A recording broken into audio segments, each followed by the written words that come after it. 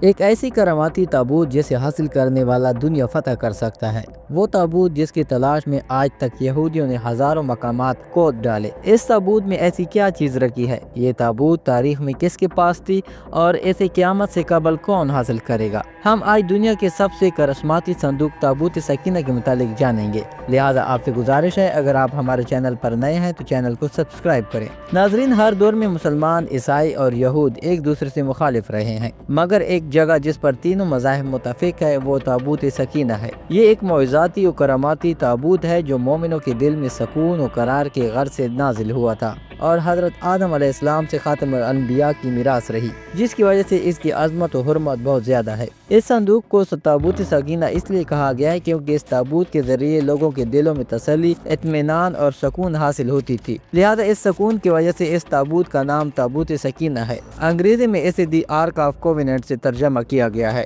روایتوں کے مطابق یہ صندوق حضرت آدم علیہ السلام پر نازل ہوا تھا، جو شمشاد کی لکڑی سے بنا ایک بھاری صندوق تھا۔ اسے آپ جنت سے اپنے ساتھ اس دنیا میں لے کر آئے تھے اور وفات تک یہ حضرت آدم علیہ السلام کے پاس ہی رہی۔ جب حضرت آدم علیہ السلام کی وفات کا وقت آیا تو آپ نے اس صندوق کو اپنے جانشین بیٹے حضرت شیث علیہ السلام کو دے دی۔ اس طرح یہ تابوت بنی شیث میں منتقل ہوتا رہا، یہاں تک کہ اس حضرت یعقوب علیہ السلام تک پہنچا۔ پھر یہ تابوت بنی اسرائیل کی ملکیت ہو گئی اور حضرت موسیٰ علیہ السلام کے پاس آ گئی۔ حضرت موسیٰ علیہ السلام نے برسوں صحرائے سینا میں پھرنے کے بعد اپنی قوم کے لیے ایک عبادت کا خیمہ بنایا۔ اس خیمے میں ایک چھوٹی سی جگہ بنائی گئی جہاں آپ نے تابوت سکینہ کو رکھ دیا تھا۔ بعد میں اسی جگہ حضرت داؤد علیہ السلام اور حضرت سلیمان علیہ السلام نے ایک عظیم و شان عبادت گاہ کی تعمیر کروائی، جہاں تابوت رکھنے کے لیے ایک عمارت بنوائی گئی جسے ہیکل کا نام دیا گیا۔ یہ عمارت جنات کی مدد سے بنوائی گئی جس میں قیمتی پتھر، یاقوت، زمرد اور سونے چاندی کے تختیوں کی دیواریں تھیں۔ اس ہیکل میں چمک اور روشنی اس قدر تھی کہ رات میں بھی روشنی کی ضرورت نہ پڑتی تھی۔ جس خاص کمرے میں تابوت کو رکھا جاتا تھا اس کا نام القدس تھا۔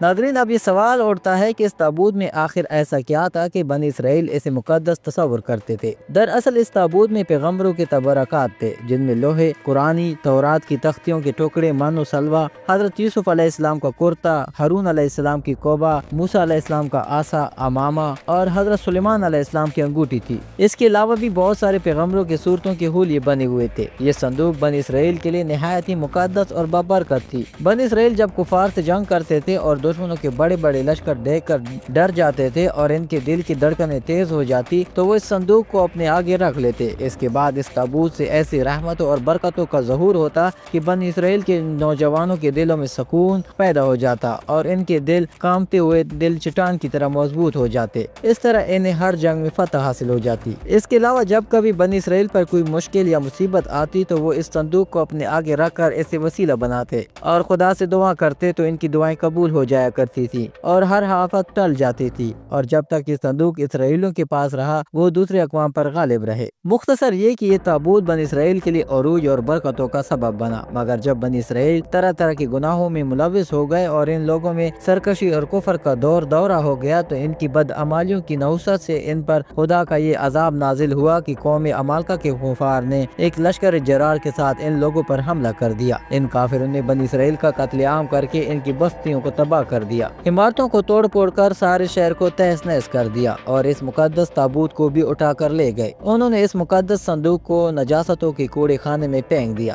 لیکن اس بے ادبی کا قوم عمالقہ پر یہ وبال نازل ہوا کہ یہ لوگ طرح طرح کی بیماریوں اور بلاؤں میں مبتلا کر دیے گئے، لہذا قوم عمالقہ کے 5 شہر بالکل برباد اور ویران ہو گئے اور ان میں طرح طرح کی بیماری پھیل گئی۔ لہذا ان کافروں کو یقین ہو گیا کہ اس صندوق کے بے ادبی کا عذاب ان پر پڑ گیا ہے تو ان کافروں کی آنکھیں کھل گئی۔ لہذا ان لوگوں نے اس مقدس صندوق کو ایک بیل گاڑی پر لاد کر بیلوں کو بنی اسرائیل کی بستیوں کی طرف ہانک دیا۔ پھر اللہ تعالیٰ نے 4 فرشتوں کو مقرر فرما دیا جو اس مبارک صندوق کو بنی اسرائیل کے نبی حضرت اسماعیل علیہ السلام کی خدمت میں لائے۔ اس طرح پھر بنی اسرائیل کی کوئی ہوئی نعمت دوبارہ ان کو مل گئی۔ جیسے یہ تابوت بنی اسرائیل میں دوبارہ واپس آئی ان کی کوئی ہوئی وقار پھر سے واپس لوٹ آئی۔ قرآن مجید میں اللہ تعالیٰ نے سورہ بقرہ میں اس واقعے کا ذکر کچھ اس طرح کیا ہے: